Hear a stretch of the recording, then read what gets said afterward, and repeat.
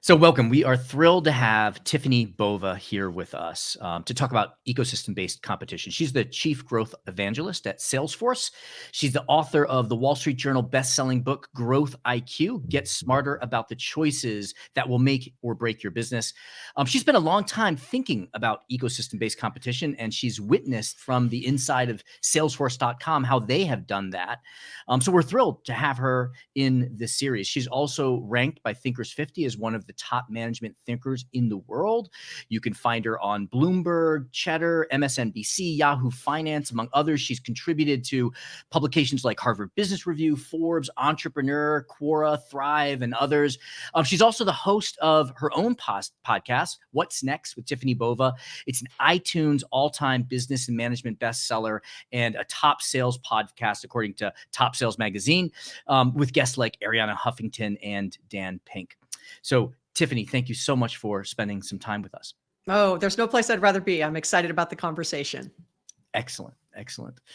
So the thesis here is that we have been emerging into an era where ecosystem-based competition is more important than before. Ecosystem competition has been around forever, right? But now it is becoming the central theme, if you will. And, you know, I know that you've written chapters in your book about it. You've been thinking about it. You've been doing it. So, you know, first, I'd just like to ask, what do you think of that thesis? Is that true? So I'm gonna answer that two ways. One, I'm gonna say it was very early in my career. I mean, very early in my career, 1997, and I was selling software. I was the only sales rep. It was a small little software company focused on the legal industry in Los Angeles, California. And I had to, call 100 people a day. Hopefully 10 people, would answer, 3 people would set a meeting, and I might sell 1 or 2 of the 100. I couldn't scale that. And I was reading Law Technology Product News. It was a magazine at the time. And there was a full page ad from something called a value-added reseller. And I'm like, what is that? And when I did a little investigating, I realized that this particular VAR, as they're called, would resell technology that was focused on the legal industry. And I'm like, well, this is a no-brainer. Like, do I sit here all day and call the 100 people and hope 10 call me back? Or do I do something with this particular company to have them represent our software to more customers than I could ever reach on my own? And that was kind of the door opener for me on the power of selling with and through partners and leveraging what has now become sort of the ecosystem and alliance conversation. But that scale that I could get in selling that way was core to my career for 15 years. I actually became a channel chief across 5 or 6 different technology companies in creating these ecosystems by which we could scale into particular industries and verticals like public sector or finance or hospitality or even healthcare. I've always been bullish on the power of those ecosystems. And when the cloud came along, sort of, end of 99, 2000, I once again was faced with an opportunity to be one of the first to create these kinds of programs that worked with and through these cloud-based partners.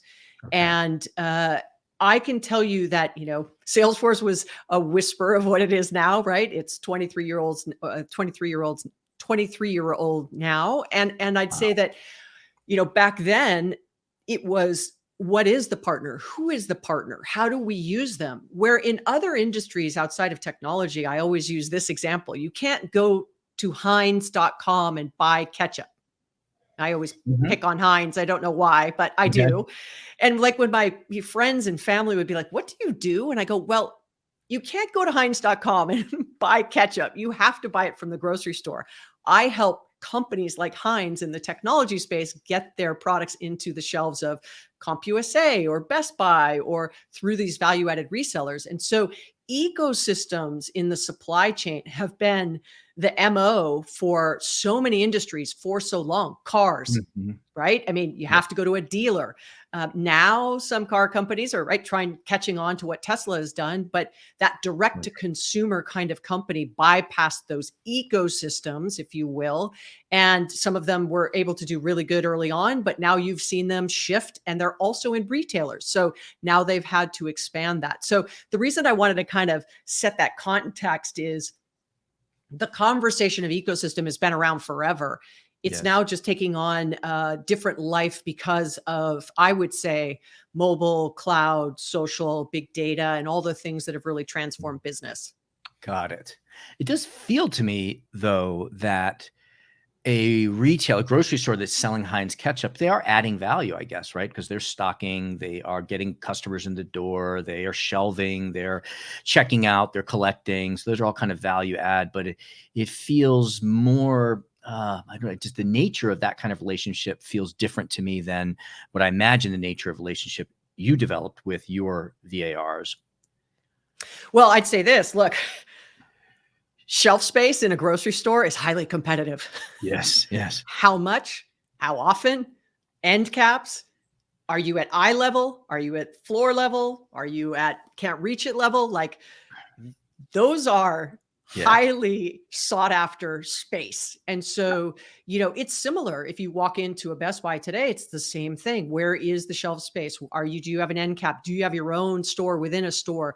Those kinds of partnerships and what kind of relationship that is had. But you nailed it.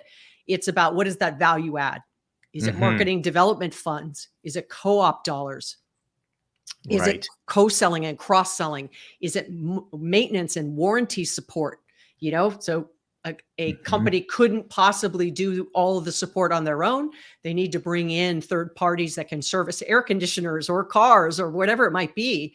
That is a day-to-day example of, you may not, as a consumer, understand that that is all part of an ecosystem and supply chain that has a long tail effect on a Yep. company's ability to be able to reach, service, and maintain relationships with customers.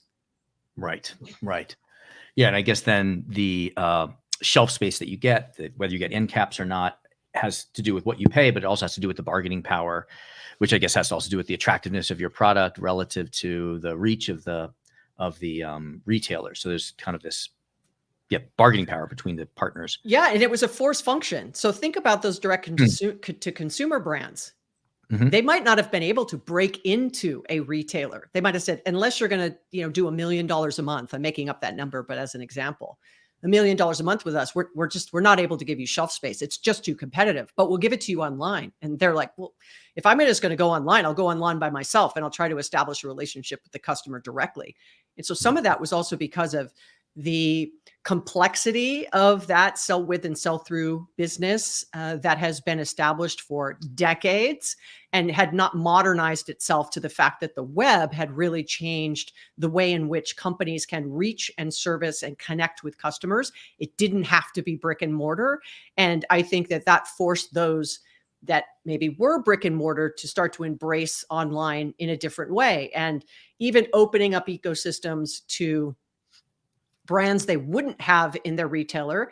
They gave them availability on their online stores and almost tried to prove it out before they let them go, onto the store shelves. So it has really been this interesting shift that kind of 2000, this chasm was crossed around opening up ecosystems to different kinds of partners, as well, the opportunity to reach different kinds of customers in new ways through new channels. Okay. Okay. And so that might be the change that even for older companies like Heinz, who have been operating in an ecosystem model, it's because of I don't know, the digital opportunities that how you engage with the ecosystem might have changed, or has it not changed? Has it been that, there have always been ecosystem heavy companies, and now just there are more of them? Well, I mean, even if you just take car dealerships as an example, like Yeah. those aren't owned by the manufacturers. They are independent dealerships that are resellers of those particular cars. You have Yep. someone enter the market like a Tesla who says, nope, we're going to go direct to consumer. And oh, by the way, we're going to really minimize the supply chain. You have three choices, three colors, three builds. That's it. It's $500 to register the car. When it shows up, you pay for it. We're done. Yeah. That's very different than I'm going to go spend all day walking through the thousands of cars Got to it. choose from with 900 different option packages. And I have to sit down for 2 hours to negotiate the financing and I have to do all those things. There was a better way. And so now you see car companies really doing these blend of two things with the supply chain challenges we're having right now are highlighting the fact that now, they're having less of an inventory. There's less availability. They're able to charge a premium on cars right now. You can't get one. The used car market has, Mhm. increased its prices. All kinds of impact has happened because that supply chain has been so disrupted. Got it. But I would say that, look, the kinds of partners that you work with in traditional kinds of businesses that are, hard goods is Mhm. different than those kinds of partners you'd work with in the cloud, like the example of Salesforce that you gave at the beginning. Mhm. They are different, yet they are so similar, right? Hmm. In the core value that they bring to a company, but also their expectations of as a partner in working with someone that's a big brand where they add so much value. I think the expectations are fairly similar. Got it.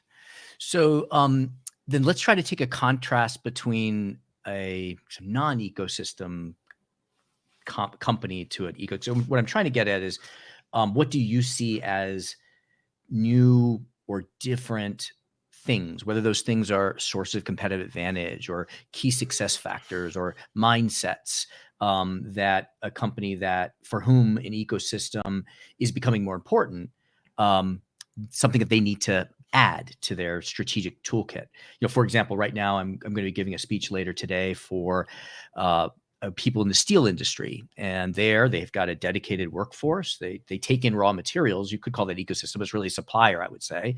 They add value to it, and then they sell these rods or these plates to other manufacturers through a direct sales force. So not so much, not a whole lot of ecosystem kind of characteristics. So if you took that and compared it to a Salesforce or a software company or a Tesla, what is a company? What are the differences in competitive advantage or key success factors? I'd say they are part of an ecosystem, but Yeah. because they're part of that actual original, an OEM in the technology space, that original equipment manufacturer, the person who delivers them the raw steel, they are one of the suppliers that is taking that and manufacturing it and then selling it out. So Hmm. they are part of an ecosystem. Now they may sell directly to end users, but there may be a small percentage, I don't know, because I don't know their business, that may actually take those goods and resell it maybe to, developers or architects or, Yep. Yep. state government or whatever it might be. So they are definitely part of an ecosystem. They just may play a piece and right, something comes from someone, they do something to it and it keeps going. Right. But Yeah. it is all part of that original steel manufacturer, right? Making its way through. And if you Sure. think about coffee beans as an example, coffee Mhm. beans might cost, 5 cents for a bag of coffee beans. Mhm. Right. So that's starting way at the beginning of the supply chain. It Yes. then makes it to, I just want a cup of coffee. And if I went to a restaurant, that cup of coffee might be $1.50. Okay, now Yeah. it's gone from 5 cents to $1.50. Now, somewhere along the line, right? It went from the grower to had to get to the restaurant. So it went to a distributor, right? And then it went to the supermarket. And then somebody then bought it for the restaurant or distributor, and then they made the coffee and it's $1.50. So everyone's making a little money along the way. Mhm. Or you go to a Starbucks and it's $5, but yet it was 5 cents for the coffee. So the value that gets added along the way also has tremendous impact on how much you're able to charge.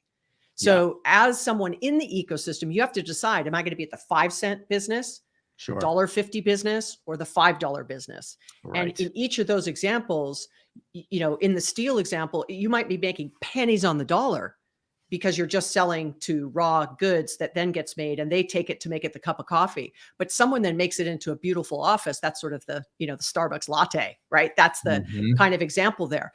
But I'd say, to your original question, like partner to partner collaboration has really gotten very interesting. So Okay. partners in the ecosystem working together to solve problems Huh. together.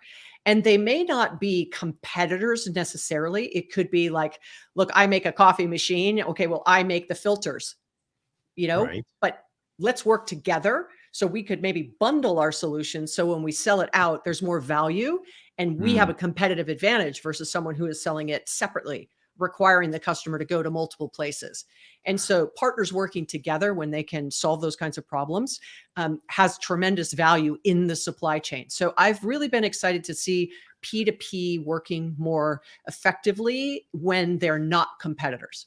But That's what's it. been amazing to see is over the last 2 years, you see this kind of co-opetition where competing companies are working together to solve much bigger problems. And I think the vaccine is a great example of globally, right? Pharmaceutical companies in many ways working together to very quickly put together, what could be tested and rolled out to solve a global crisis because it wasn't one country, part of the world was feeling this situation. Everybody was feeling it simultaneously. Mm. And so when you see that cooperative kind of partnership in the supply chain, in ecosystems, that I think has a tremendous chance to change a lot of the ways in which products and services are delivered to the ultimate either consumer or the business they're servicing. And so those are two things I'm really paying Mm. attention to, right? That P2P at the classic level where, we're going to get together because we can create a greater solution for ultimate customers. But then the other on that is actually working with someone you may view as a little bit of a competitor, but in the customer's eyes, if we could get together, it would be much better for them.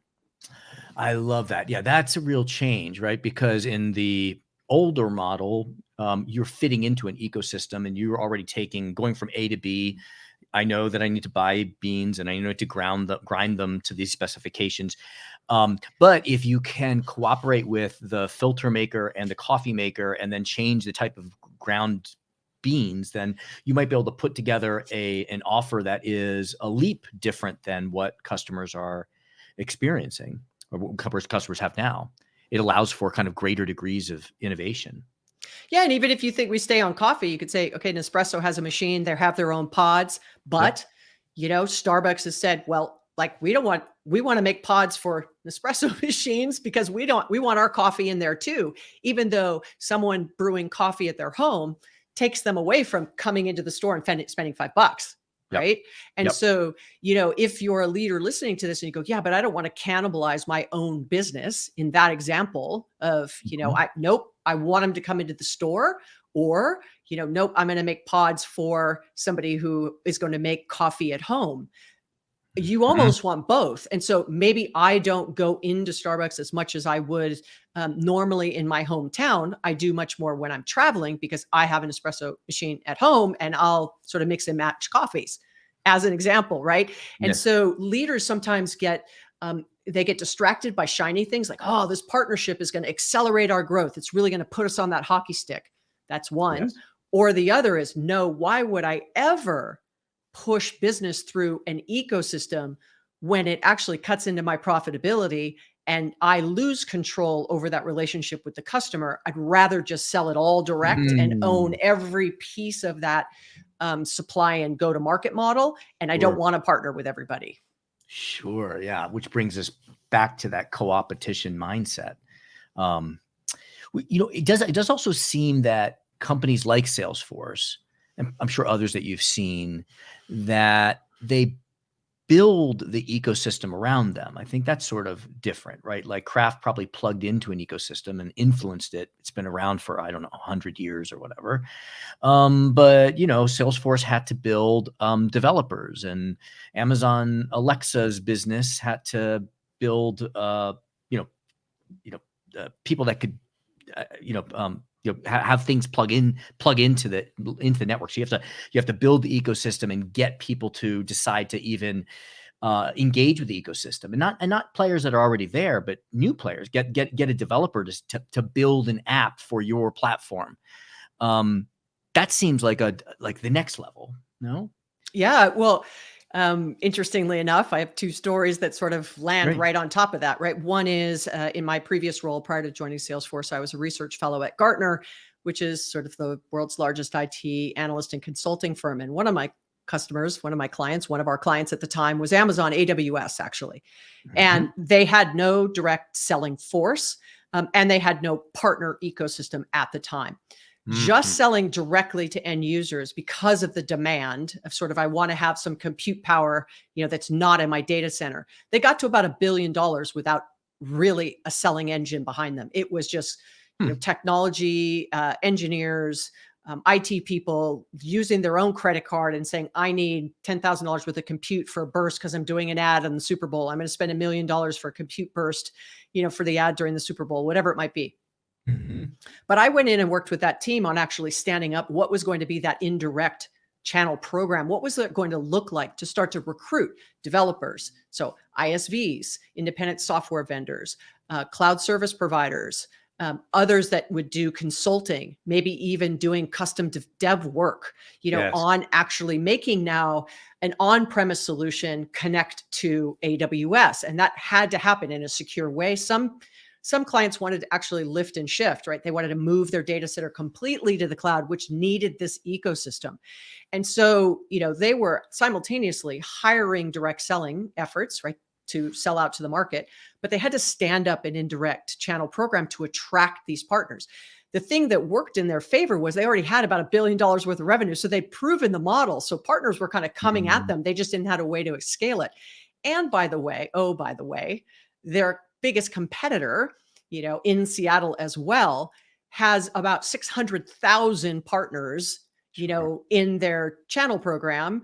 Sure. And there was probably about, I don't know, 100,000 at the time. I'm really dating this. This is, I don't know, a decade ago, of how many partners were actually, even potentially going to be active in doing this. So if you were going to compete against such a big competitor that had such a large ecosystem, you better stand one up quick. And Mhm. I think because they were a digital cloud first company, they attracted a lot of those born in the cloud partners a lot faster. Salesforce Hmm. was in the same position, right? It was a born in the cloud company. They were able to attract those developers and consultants, right? On how could people implement software as a service into a business that is traditionally on premise? What does that look like?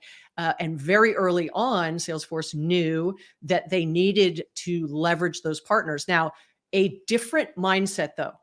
It isn't a resale relationship. It is really an influence consulting integration relationship.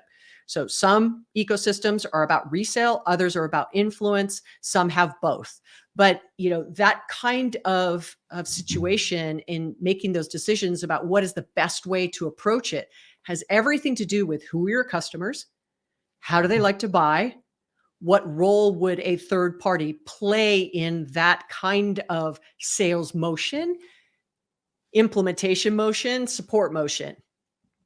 And some of you may be like, look, we're not in tech. We don't have that kind of thing, right? They buy from us one time. We may not see them again. But all you have to understand is who is the customer? How do they like to buy? Where do they like to buy? And what kind of value could potentially be wrapped around that? Am I going to do it myself? Am I going to hire for it? Am I going to partner for it?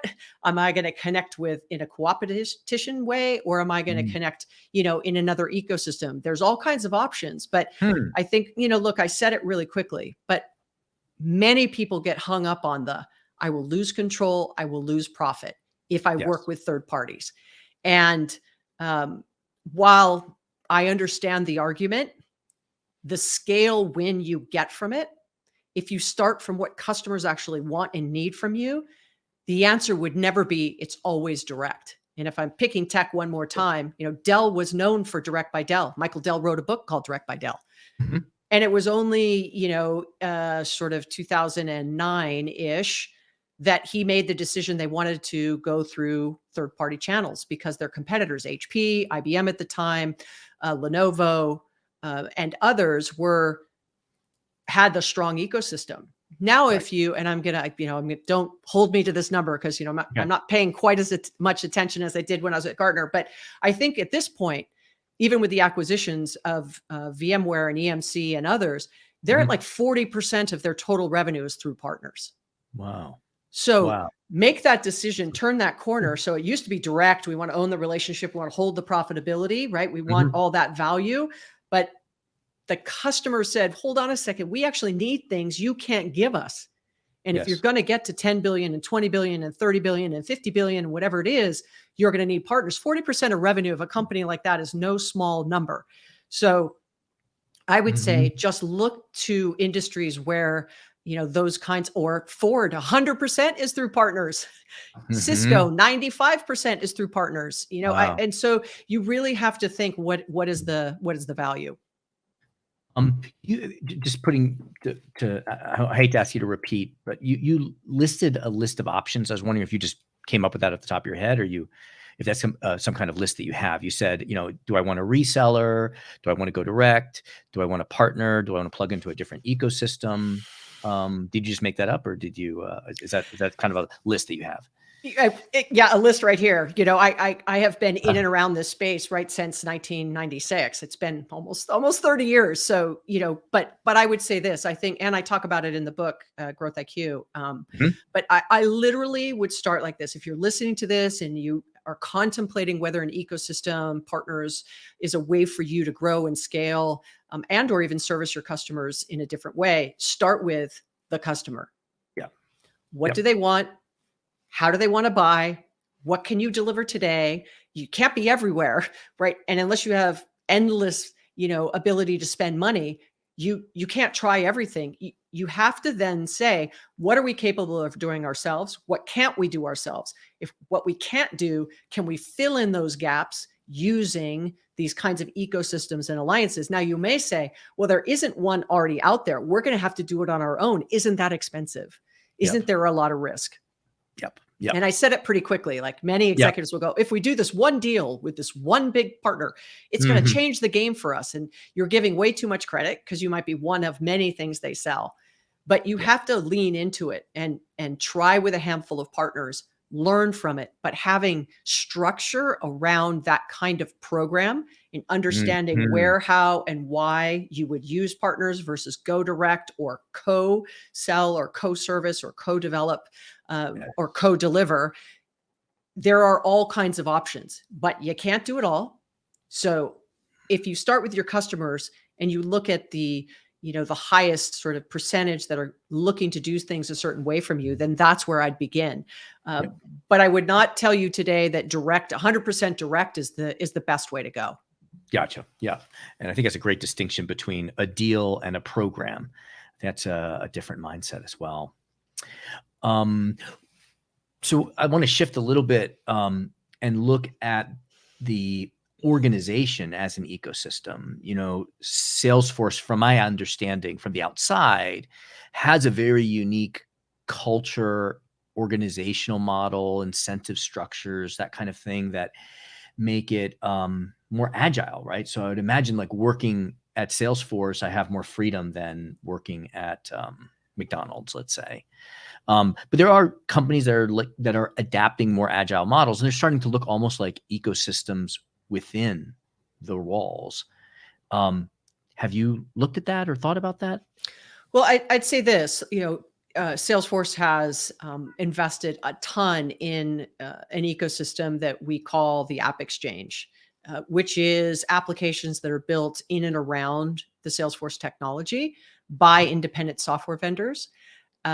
We've got thousands of them now online, and I think we just hit our millionth download. So it's significant impact. And in parts of the world, we, rely on partners heavily, right, to even help us sell.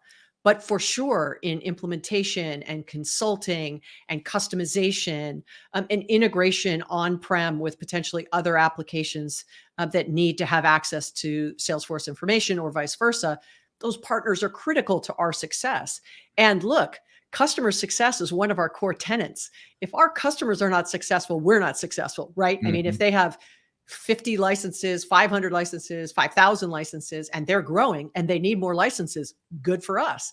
If they're Yeah. not growing and they need less licenses, bad for us, right? And Yeah. so being able to support that is one thing. But we also have an ecosystem called Trailblazers, which is really based on a website we have, a platform we have called Trailhead, which is online learning, can give certification for free to anybody. You don't have to be a Salesforce customer or Uh-huh. not. So someone working at McDonald's who says, I want to get into technology, I'm going to get a certification through Trailhead.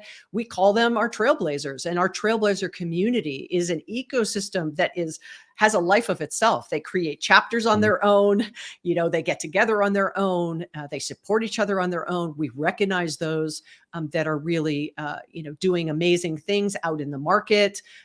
Those vehicles to give back. So I'd say that Yeah. that's also a view on kind of an ecosystem, right, of people Yes. who are in the Salesforce family, but might not work for us. And we need millions of them because we have so many customers that require internal capabilities. We have to make sure that those people have the opportunity to learn how to do things, whether you're an administrator, a seller, right? You're using the technology, whatever it might be. So you have to think of those ecosystems as, value add, like we do for Trailhead and all of our trailblazers, or Yes. the App Exchange, which is really about giving those kind of vertical capabilities or integration points or even custom development for something using the Salesforce platforms across our multiple clouds or even on Heroku. And now we have Tableau and we have Slack. There's so many other things that you really Mhm. can do. But I think the message here is we knew what we were willing to do and capable of doing. Then we knew what we weren't. And you need to make those investments. And it is absolutely part of who we are because we're so hyper focused on customer success. If Yeah. we weren't so hyper focused on customer success, you'd be like, you have an ecosystem, you don't Mm. have an ecosystem. Like, what's the difference? But if our customers aren't successful, we are not successful. So it was, absolutely part of who we are. Interesting. I wonder if we find out that that is a prerequisite for being able to really build out indirect revenue through ecosystems is to be focused on customer success or customer centric. Well, that's what I said, right? If you're going to Yeah. try to make this decision, start with the customer Yeah. and then Yep. work back on who are they? How do they like to buy? Where do they like to buy? Are you able to deliver in all those channels? Probably not. And then if you have the requirement of implementation and support and all of those kinds of things, Yep. you're an air conditioning manufacturer. Can you go and install at everyone's house, across the Right. country? Right. Can you service them all? Can Right. you replace them all? I'm Right. going to guess your answer is probably no. So Right. how are you going to get people trained on your air conditioner product, on how to repair it? You want to be a certified repair person for that. I'm going to date myself, but do you remember the commercials on the Whirlpool Yep. repairman, right? Yeah. Okay. Yeah.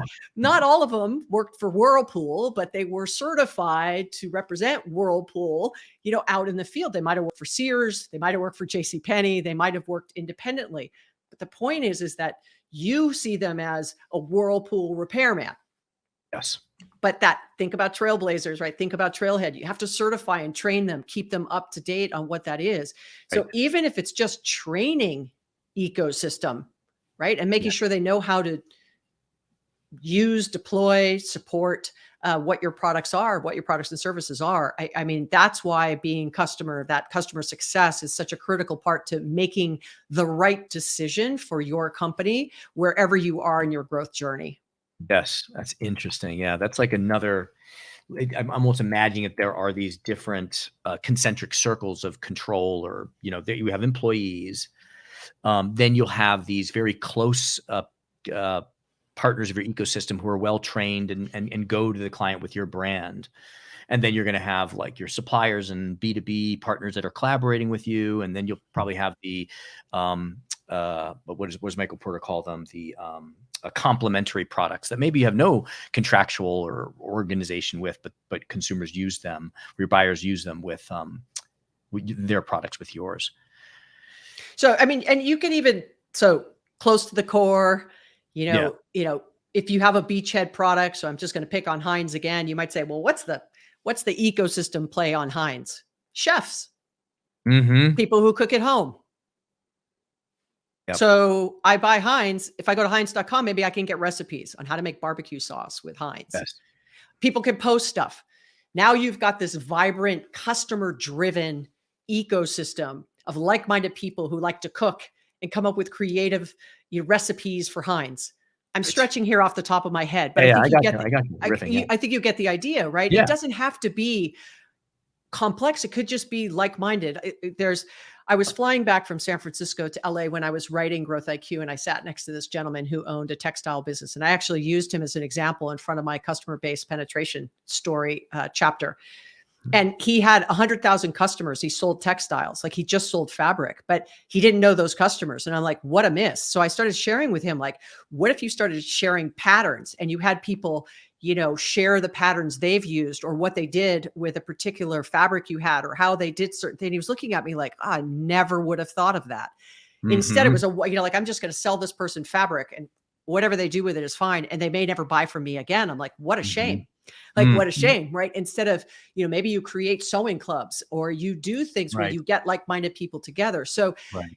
ecosystems are, if you think about it that way, I think everybody can have some idea with their particular business on how they might be able to either get like-minded people together, help them get scale, help them provide better service and coverage to customers, and maybe even work with other partners to create that kind of solution kind of product that's already pre-integrated that people may want.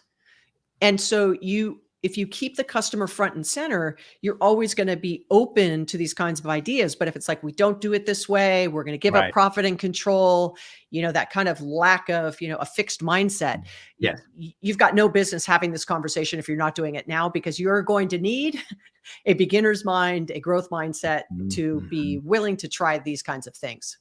Wow. Yeah. I love it. I love it. Um, this has been fascinating for me, and I'm sure for our viewers and listeners. You have introduced some really important distinctions that is at least got my mind spinning, and yet also given us some very clear first steps about focus on what your customer needs. Can you deliver it all? And then how do I want to engage with those that would deliver those elements of value for me? Yeah, Um, I'd say one more thing just on that sure. customer Yep. is, don't make the mistake that you think you know what your customers want. Hmm. Surveying them once a year, having a casual conversation is going to land you in, you know, a situation where you've lost touch with those customers. So you have to go on a listening tour, virtually or in person, and find out what is really going on. Because if you're going to say, I'm going to make decisions based on what we just talked about on information I gathered before the pandemic, you're definitely going to get yourself in trouble. A year ago, probably still going to get yourself in trouble. Even 90 days ago, now the world is starting, depending on where you're listening to this, is starting to open back up. That may have implications as well, but we're still in a supply chain crisis. So Yep. we have to find ways where you can carve out an hour a day where you just talk to customers. That's great. And I will tell you, when the pandemic first hit, our co-CEO, Mark Benioff, the co-founder of Salesforce, he gave us a challenge of having 1 million conversations with customers, not 1 million demos, not 1 million price, not 1 million RFP responses, but conversations, so we could understand the jobs to be done. That completely reshaped what we were doing over the last 18 months. Now that we're coming out the other side of it, we can, regroup one more time. But we ended up doing over 6.5 million conversations. Wow. And now it's embedded in everything we do. So that's the kind of habits you have to build in order to keep up with what your customers expect from you. That makes a ton of sense. Great. Well, thank you so much, Tiffani. And it has been like really a flow of insights and ideas. And, I can tell you've been thinking about this for a long time and living it. So that you're in a very special position of both being a thought leader and a practitioner. And thank you for being here with us. Again, thank you for having me. And I love the conversation. I love talking about partners and ecosystems. So thanks for asking. Thanks.